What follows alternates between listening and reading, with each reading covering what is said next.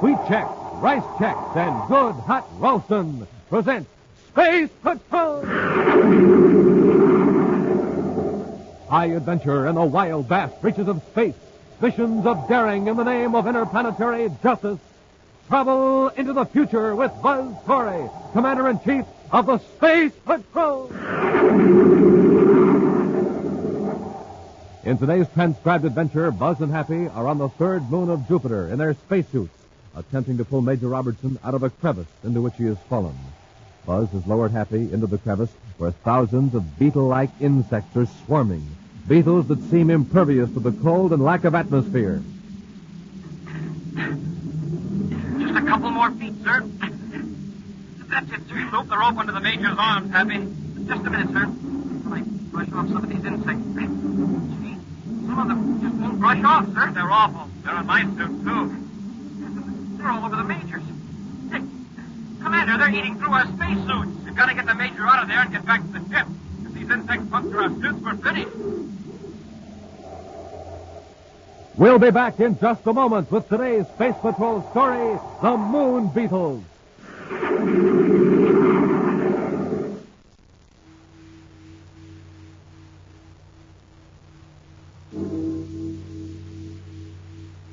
The hour has struck. Yes, today is the last time we can offer you a pair of those wonderful new space binoculars that you can see way off in the distance with. Big 4-power plastic space binoculars. 5 inches wide, 5 inches long. Plenty big and plenty of fun. Gang, you can watch people blocks away, study birds in real tall trees, read signs way off in the distance, spot planes high in the sky, and listen, you wear space binoculars on your head. Yes, sir, a strong elastic band holds them snugly to your eyes, makes you look like a strange man from Mars, leaves your hands absolutely free. Yes, the hour has struck. Today is the last time we can offer you these terrific new Space Patrol space binoculars. To get a pair exactly like Buzz Corey wears, do this. Buy a box of Instant Ralston. Then, with your name and address, send 25 cents in coin and an Instant Ralston box top to Space Patrol, Box 686, St. Louis, Missouri. This offer good only in the USA and may be withdrawn at any time. That's Space Patrol, Box 686, St. Louis, Missouri.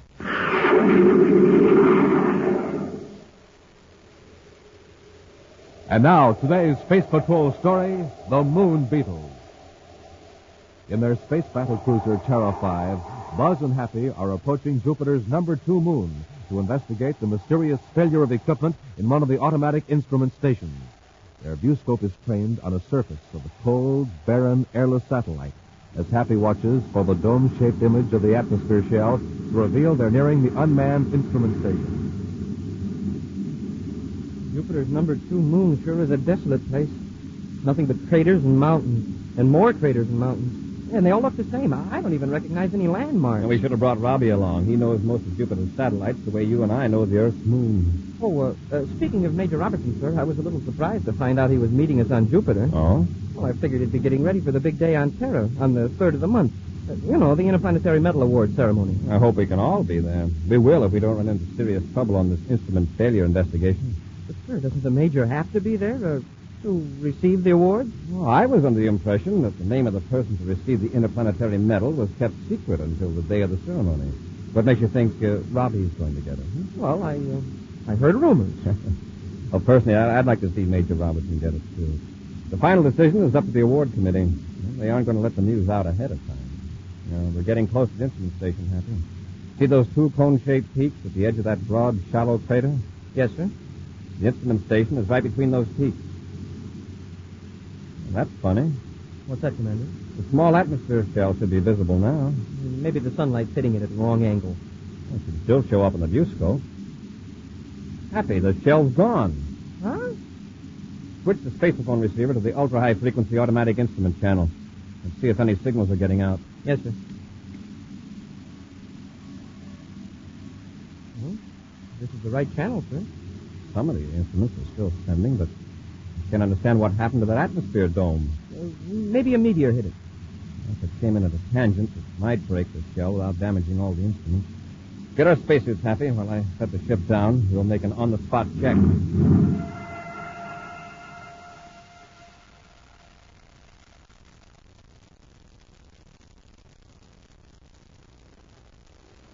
There are the instruments, sir. They don't seem to be damaged. The dome's foundation is intact. So are the double hatches to the airlock. The metal framework and the gates are still standing. Happy, I'm afraid your meteor theory is out. But if it came in almost parallel to the surface of the moon and hit the shell... There would still be fragments of the plastic shell scattered all over the area. Take a look. The ground all around is perfectly clean. Wow, the shell must have been completely disintegrated. That would put most of the instruments out of commission, even those that were picking up cosmic radiations through the receptors outside the shell. It's very strange, Happy. Cut off the atmosphere plant. We'll get back to the ship and blast off. Yes, sir. I'll spacephone Robbie and ask him to meet us to Chargon instead of Jupiter City. Well, isn't that just south of Jupiter City? Yes, it's a technological center. It's where Dr. William Conrad receives and analyzes the data transmitted from these instrument stations on the different moons. I wonder how he'll analyze the fact that a whole atmosphere...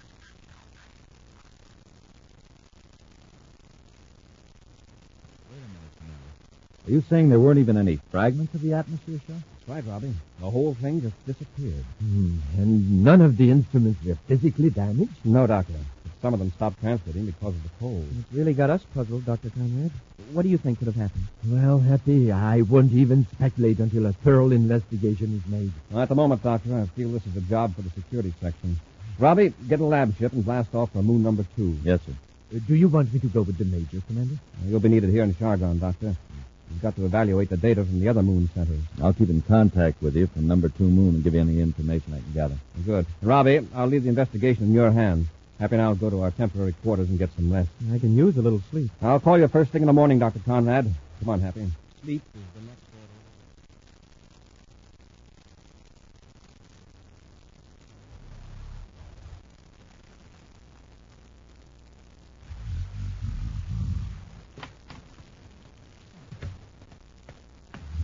Happy. Happy, wake up.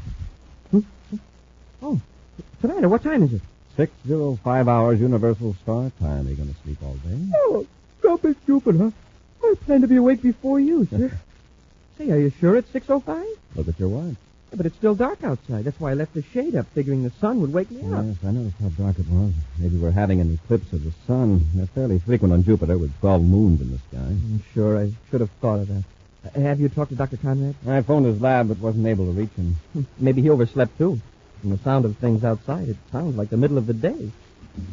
Come here and look, sir. The streets are full of people. These Chargon citizens must be early risers, or else they got up to see the eclipse. The eclipse here wouldn't cause that much excitement. What do you know? The lights are on, all over the city. Well, that must be Dr. Conrad. I told the charge of quarters to put the call in here. Corey speaking. Commander, this is Dr. Conrad.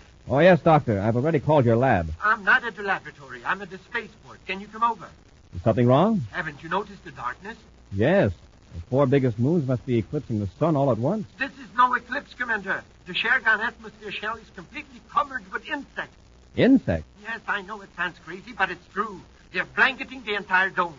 Billions of them. Space Control isn't letting any ship in or out of the space lots. They're afraid the insects will swarm into the city. Doctor, where are you now? I'm in the Spaceport Master's office. I'll be right over. I'm ready, Commander. Then let's go.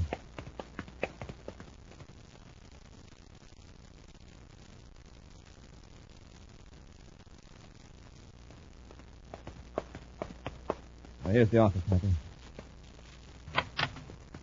Commander, I expected you sooner. I was beginning to get worried. We were tied up in traffic, Doctor. People are running around almost in a panic. Well, I can't say I blame them. It's not exactly reassuring to know you're under a roof of billions of living insects. I didn't think Jupiter had that many insects. Where did they all come from? We don't know. One spaceship came through the logs just at dawn. The pilot said the insects are like a shiny black sea all around the atmosphere dome. I've got a few specimens here, Commander, in these 2 small plastic boxes. Let's have a look at them. Hundreds of insects were drawn through the space lock when the ship entered. That's why Space Control closed the port. Look, and rockets, look at the size of them. They must be about 2 inches long. They seem to be some sort of beetle. I don't recognize them. Well, I showed them to a friend of mine in the communication section, an amateur entomologist. He says he's never seen anything like them before on any planet. Very strange. Entirely new variety of insects appearing by the billions, and here on Jupiter, of all places. Hey, one of the bugs got loose. He's crawling across the desk. Take the lid off the box, Happy? No, sir. Look, the lid is still on it. Then how did it get out? Listen, what's that? Warning signal. Yellow alert. Yellow alert.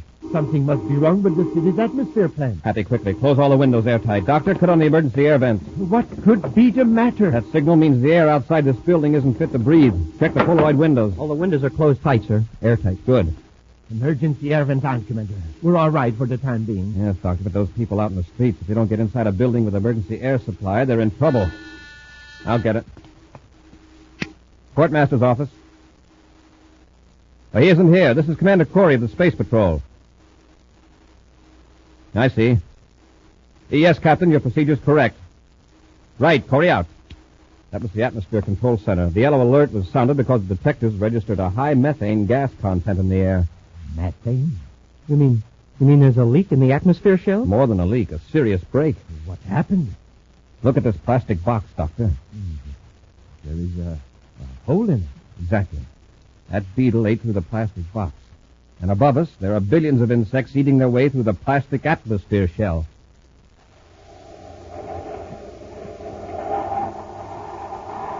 We'll be back with Space Patrol in just a moment. Presenting the mystery of the baffling basketball player. Sometimes this 10-year-old boy would be a sharpshooter. He'd make basket after basket after basket. But then, at other times, ouch, he'd miss shot after shot. And so it went. Sometimes a shooting star, sometimes a falling star. Here was the trouble. This boy was only getting supercharged now and then. On some mornings, he'd have a power breakfast with rice checks or wheat checks, the super cereals that help to supercharge you. That's when he'd really shoot those baskets. But then, at other times, well, he'd just eat any old breakfast. And that's when they'd call him Fumbler. So, gang, remember, to be a winner every day, you have to get supercharged every day. In other words, enjoy that rice checks and wheat checks in your cupboard all the time, not just some of the time. Make it a rule to do what Buzz Corey does. Eat a power breakfast with rice checks or wheat checks every single day. The bite-sized super cereals that help to supercharge you. Delicious checks.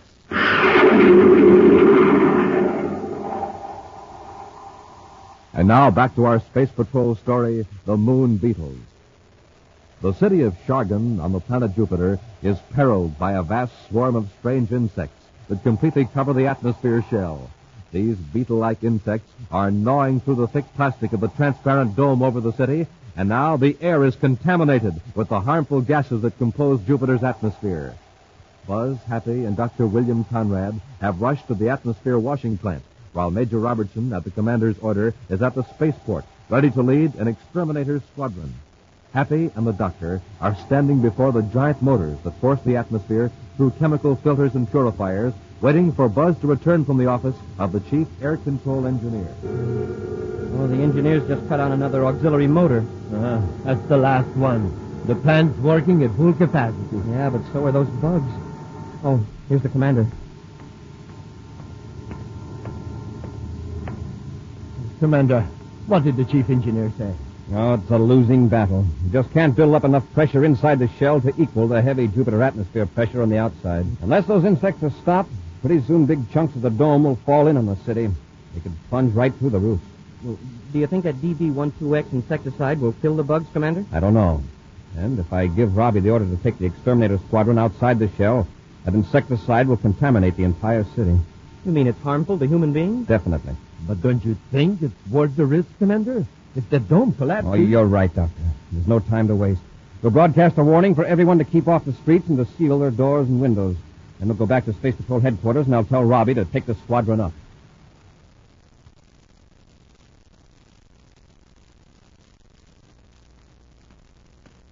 Commander, the streets have been completely cleared, and the Major and the squadron have been spraying the outside of the dome for 20 minutes. The DB12X ought to be showing some results. If it's going to work. I'll contact Robbie. Commander Corey at Shargan Space Patrol headquarters calling Major Robertson aboard Space Patrol cruiser J571. Corey to Major Robertson. Robertson, Robertson here. Go ahead, Commander. Is it working, Robbie? All 8 ships have made 10 passes with the insecticide, Commander. The insects are saturated with the stuff. It doesn't seem to phase them. You've got to find something that's effective and find it quickly. Well, heat might do it. We can get enough ships with atomic flame ejectors and play them over the dome. There aren't any on Jupiter. What about trying ultrasonic vibrations? That's it. That'll do it, Commander. Dr. Conrad, you know of a lab ship here in Chargon that's got an ultrasonic generator in it? Oh, yes, Commander. There is one at the spaceport. Good. Robbie, order the squadron to return to base, but you stay aloft. Happy, Dr. Conrad and I will get the lab ship and blast off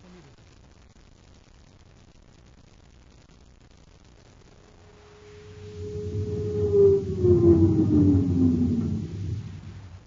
Lab ship secured for blastoff, Commander. All right, Hap, I'll notify Space Control. Commander Corey and lab ship X-211 in Area 28, calling Space Control Chargon. Space Control Jargon, go ahead. We're ready for blastoff. You may blast off at will, sir. Space Control out.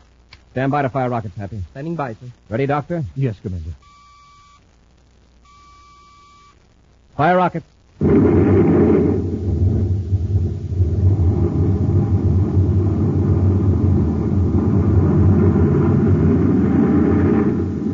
Here come the locks, sir.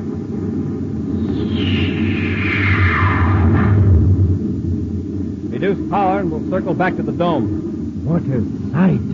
The dome is black with those insects. I hope this ultrasonic generator does the trick. I'd hate the idea of going back down through that roof of beetles. Dr. Conrad, will you operate the generator? Of course, Commander. That must be the major ship off on our starboard viewport. Right. Corey aboard lab ship X-211, calling Major Robertson. Robertson here. Go ahead, sir. We're going to make a head-on pass at the dome, Robbie. Good hunting. All right, Doctor. Turn on the generator. I've set it at 1 million cycles, Commander. That frequency should be fatal to most insects. Give it plenty of power. Yes, Commander. Here we go, right over the dome. Happy, set the viewscope to high magnification. Yes, sir.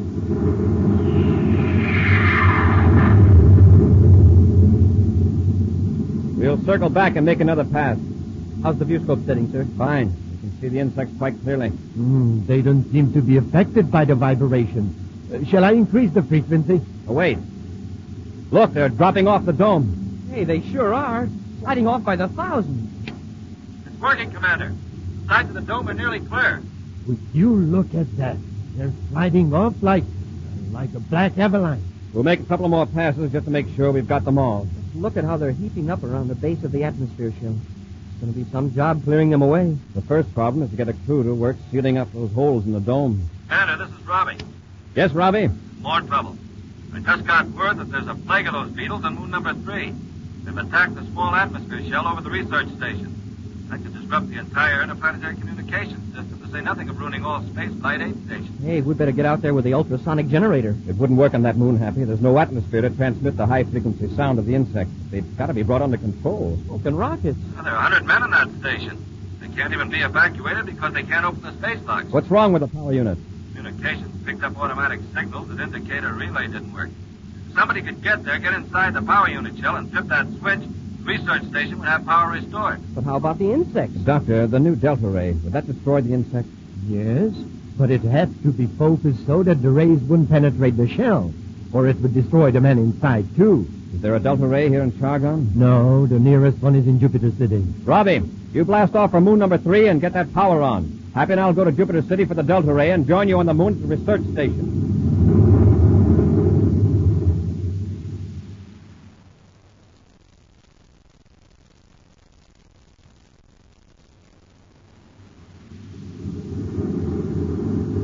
There's the research station, Happy. We'll cut our speed and circle. I'll get the delta ray ready. Now, don't turn it on till I give you the word. Got to be sure of our focusing range. Yes, sir. Wow, look at that dome. Just like the one at Chargon. Covered with beetles. Well, there's Robbie's ship near the dome. One of the majors got the power on yet. I don't think so, or we'd be hearing from him. Just look at those insects all around the station. At least they aren't attacking the power unit dome. Major Robertson calling Commander Corey aboard Terra 5. Major Robertson calling Commander Corey. Corey here. Where are you, Robbie? In a pretty tight spot, Commander. Did you get the delta ray? What's the trouble? I was in my spacesuit walking toward the power unit shell when these confounded beetles attacked me. Crawled all over me. Trying to beat them off, I fell into a crevice near the power shell and I'm wedged in. We'll land and pull you out. I don't want to rush you, but these insects are eating my spacesuit. I managed to brush them off the plastic face piece, but they're all over me. Any minute now, they're going to puncture the suit. We'll set the ship down right away. Happy, get out our spacesuits and some rope.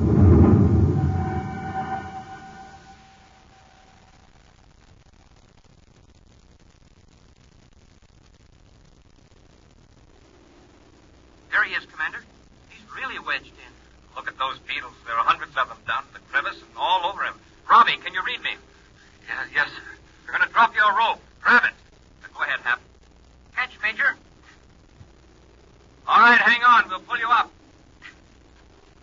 Hey, it slipped out of his hand. Robbie, can't you hang on? I haven't got any strength. Are you hurt? It's my leg. I'm beginning to feel faint. Losing air. But this is no time to pass out. If that suit is punctured, you're finished. Robbie. Robbie. Commander, I'd better go down there and tie the rope around him. No, you might get caught, too. I'll go down. Commander, you could pull the Major and me out, but, well, I'm not sure I could pull both of you out. No, Happy, it's too dangerous. Please, sir, let me go. It's the only way to save Major Robertson. And don't forget the men in the station. You may be right. Here, take the rope. I'll lead you down. Yes, sir.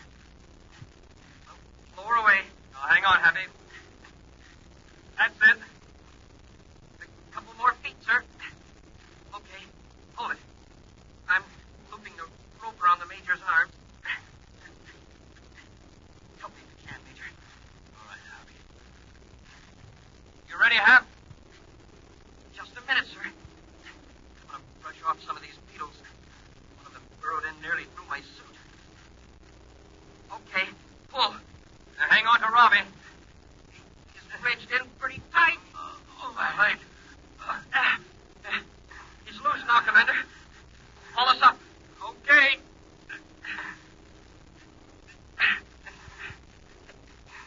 Commander, your face piece.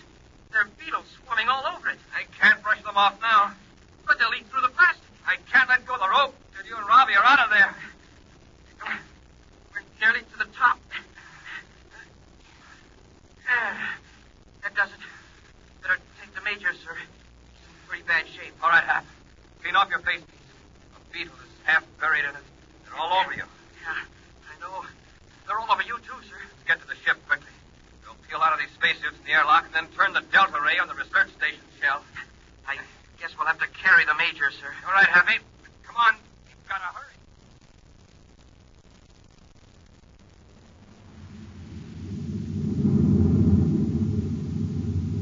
The delta ray is focused, Happy. Give it another charge. Hey, it's working. The beetles are dropping off the shell like flies. Well, this ray works better than the ultrasonic generator. See that, Robbie? Yeah, really shriveling them up. How's your leg? A little better. Good.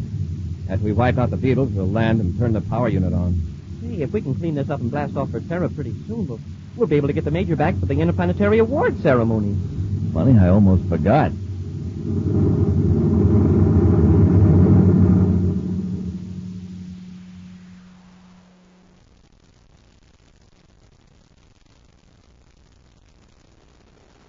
Thank you. Thank you very much. Go on up, Major. The commander's ready to give you the medal. Quiet, Happy. The commander's going to speak. Fellow citizens of the United Planets, it's my privilege and honor as last year's recipient of the Interplanetary Award to present this symbol of courage and service to the current winner. It's a special source of pride to me because the award goes to a member of my own space patrol. Major, the commander's looking this way. He wants you to go up. The choice this year was a difficult one for the committee, and the person chosen by them has declined the honor. But, Major, I Quiet, Hap. The commander's speaking. Yes, the selected candidate, Major Robertson, Security Chief of the Space Patrol, feels that the Interplanetary Award should go to the man who risked his own life to save another, and thereby help save the lives of 100 men. So, in a special session, the committee accepted the Major's suggestion, and I shall now present the Interplanetary Award to a member of the Corps of Cadets, Cadet Happy. Huh? Me? But I... Go on, Happy. Get up there. Hey, Happy. Hap. Ladies and gentlemen, I'll have to ask Major Robertson to accept the award for Cadet Happy. It seems the courageous winner of the Interplanetary Award has just fainted.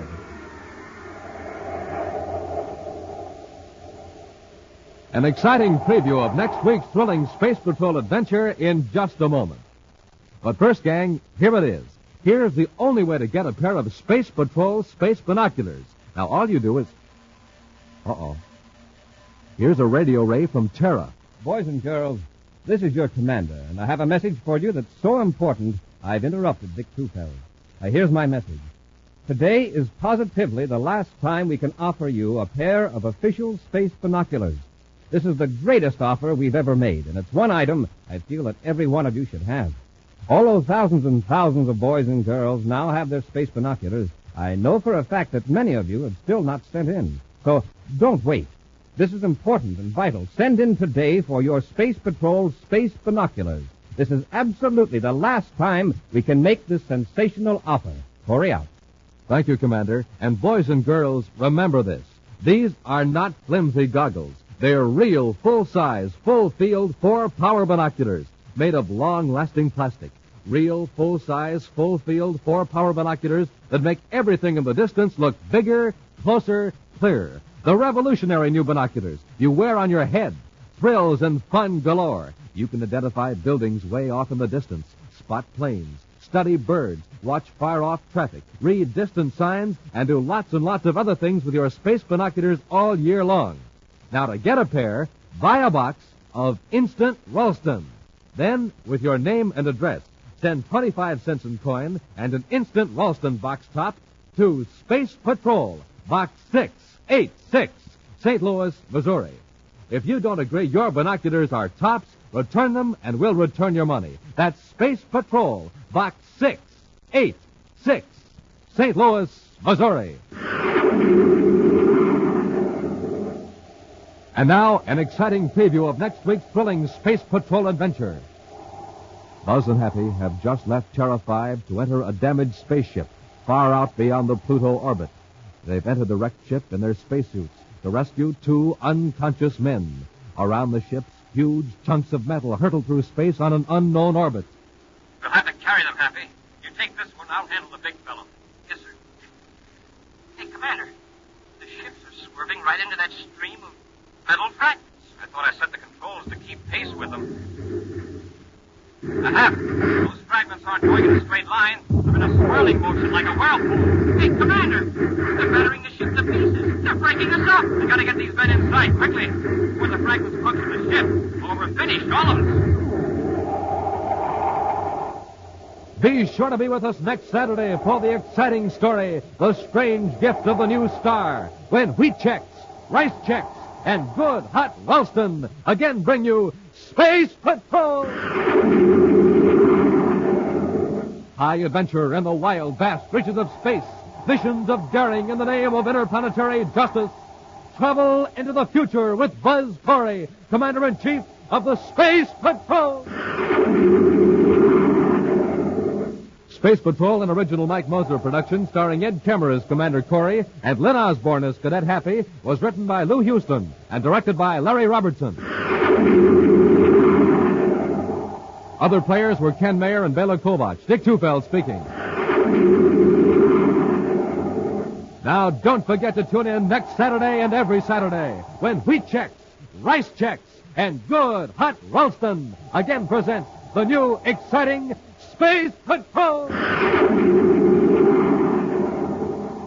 Be sure to see another exciting Space Patrol program on your local ABC TV station.